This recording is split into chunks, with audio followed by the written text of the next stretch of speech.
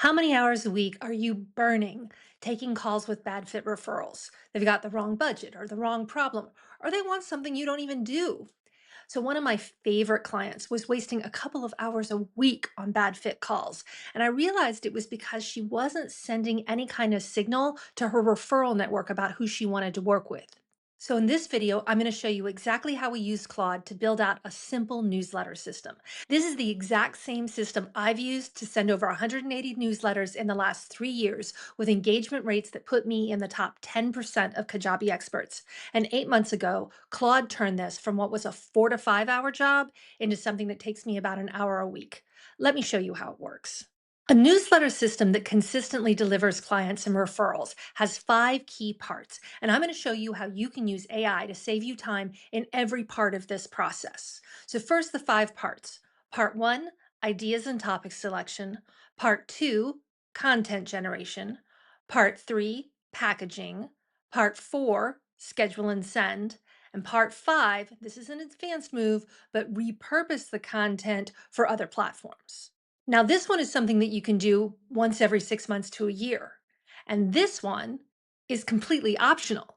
So you're really only on the hook for 3 of these parts. And you can either do this every week or do what I do, which is knock out 2 to 3 newsletters at a time, and then you schedule them ahead. So there are weeks at a time when you don't even have to worry about it. So before we dive into the steps and how you can use AI to make this work for you, I want to talk for a minute about 2 things. First, once you have this newsletter, who are you going to send it to? If you don't have a formal list, that's okay. You're going to send it to every client that you've had in the last 5 years and everyone that's referred you business for the last 5 years.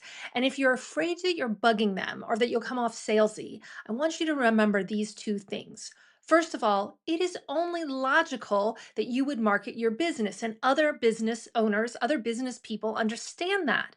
And if you worked with them and it worked out, they are going to be happy to help. And if they've referred you in the past, they've already proven they want to help you. So you're not bugging them. It's like that line in Jerry Maguire. You're actually helping them help you. The second thing is that every single email platform makes you put in an unsubscribe link. So if they don't want to hear from you again, they can just opt out. It's totally up to them. So if those are your 2 main objections, you need to let those go and come with me for the rest of this video. So let's talk about step one, what to write about to get better fit referrals, because your newsletter has 3 goals, right? First, is to help people remember that you're out there. So, former clients that they might want to work with you again, or they might know somebody to send you to. And your referral network, you just want to keep reminding them, hey, I'm still here. I still do what I do. The second thing we want to do is we want to talk about who you help and what you do. So that creates a filter for these people that you're sending it to. So they now know the kind of work you want to do and who you want to work with. And finally, you want to showcase your expertise. First of all, it's just going to help reinforce what you do and that you have the experience that they can feel really confident referring you. Second, there's a really good possibility they might send one of these newsletters to a referral.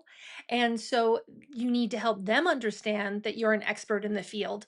And when you do get on a call with them, if you've built up that topical authority, it's going to help you stand by your fee structure. So that's the third thing that we want to do in these newsletters. So I would start by setting up a project in Claude called newsletters. And for the goal, I would say it's to help you build trust and bring in better fit referrals. And then in the project instructions, you can use my AACTOR or ACTOR framework to build out the instructions. And if you want the template, I'll just put that in the description. Okay, and then this is important. None of this is going to work for you unless you upload 4 context files, right? Your brand voice file, your ICP, your business file, and your point of view or POV file. So once you're set up, here's the prompt I would use. Given my goal of driving better fit referrals, generate 52 newsletter ideas. Evenly divide them among insights around the problem I solve, case studies, frameworks I use in my work, opinions about my functional area or my industry, and pitches, requests to forward to 2 to 3 industry leaders. And then you hit go. Now, a few things. First, you don't have to ask it for 52, but even if you're only going to do a monthly newsletter, ask for more ideas than you actually need because some of them aren't going to be a great fit and it'll just save you time on the back end. Now, since you're only doing this a few times a year, you don't really have to build a skill around it. Just have it take those ideas and throw them in a Google Doc, and then you upload them to the project as a reference file.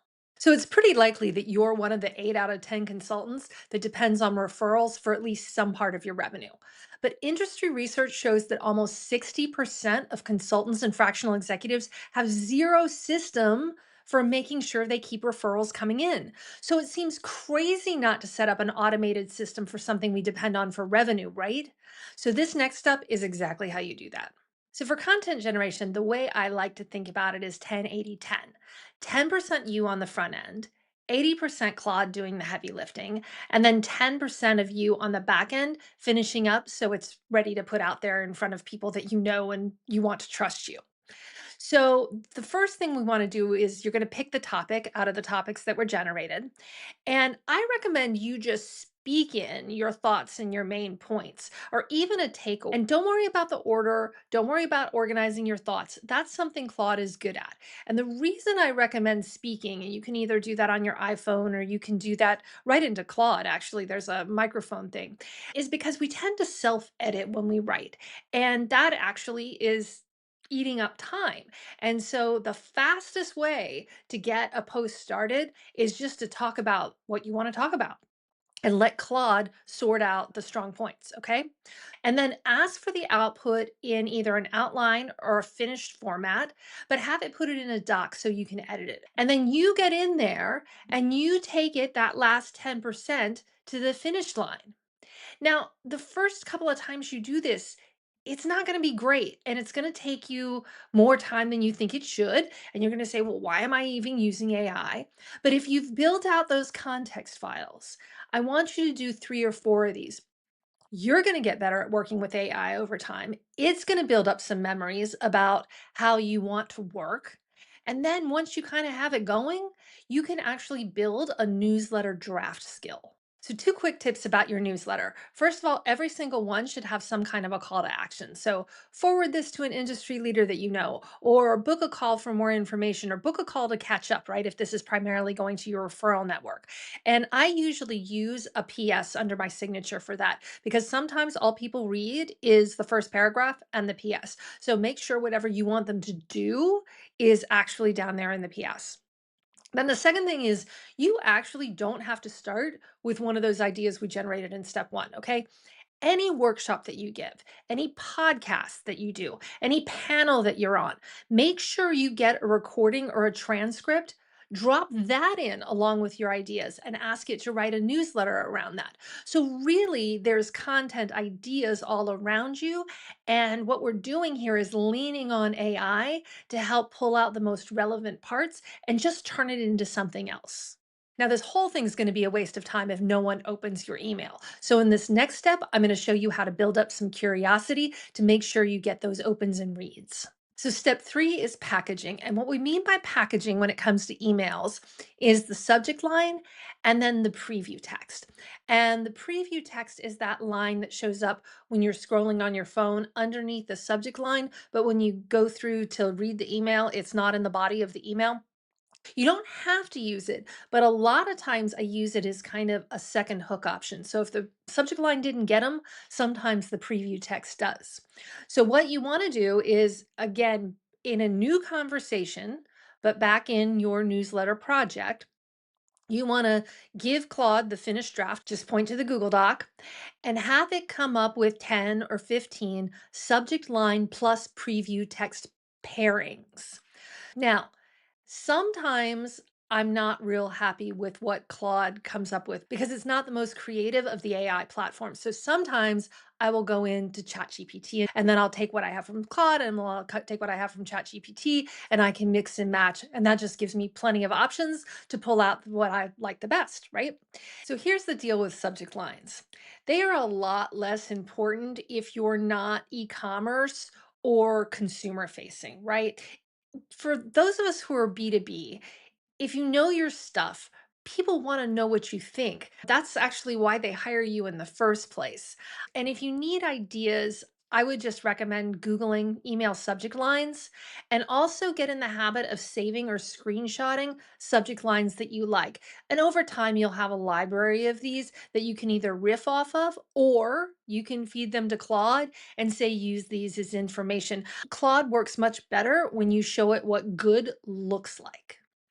The last piece of packaging that I want to talk about is either image selection or generation. So I actually no longer use an image in my email newsletters, but when I repurpose them for LinkedIn, they actually require an image. And so I need to generate one anyway. So there's a couple ways to do this. First of all, we can leave AI out of it altogether, and you can just go into Canva or you can go to Pexels. That's a Pexels. That is a free website on the web that has royalty-free images that you can just use for your newsletters. Find one that you think has something to do with the topic or that you just like and put it on there. What I would not do is generate an image in Claude. It's just not that good at it. So if you do want to generate an image using I would go ahead and go to ChatGPT for that. Its latest models are actually really good at image generation. Put your idea in there. It puts out an image in a minute or two, or Gemini's Nano Banana is another really good one for that kind of thing. So the next step we have here is schedule and send. And this is exactly the kind of admin work we want to be handing off to AI. So we're not wasting our valuable time doing something that we don't need our brain to do. I mean, of course, you can always drop it in yourself, or you can hook up the connector to your email provider.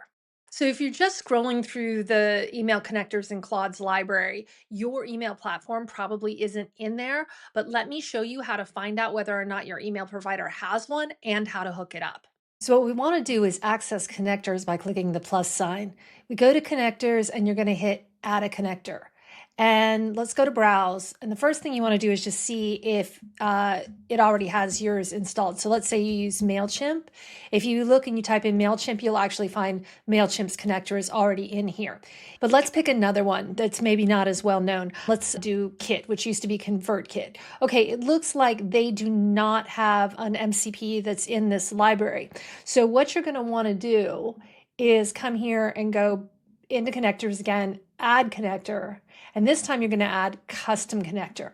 And then all you have to do is come over here to Google and Google Kit Mail MCP. Hit the return, and you can see right here that Kit definitely has an MCP. And then if you click that link, it actually takes you over here, and all you would do is log into your Kit account, and then they were going to give you a link to Kit's MCP. And then all you do is you copy that link and then you type in Kit and you're going to paste that link right there. You're going to hit continue and authenticate it, and you should be good to go. So then all you have to do back in the project is say, take this newsletter and drop it right into Kit and schedule my draft. So now that you've scheduled your newsletter, you can feel free to be done and moved on.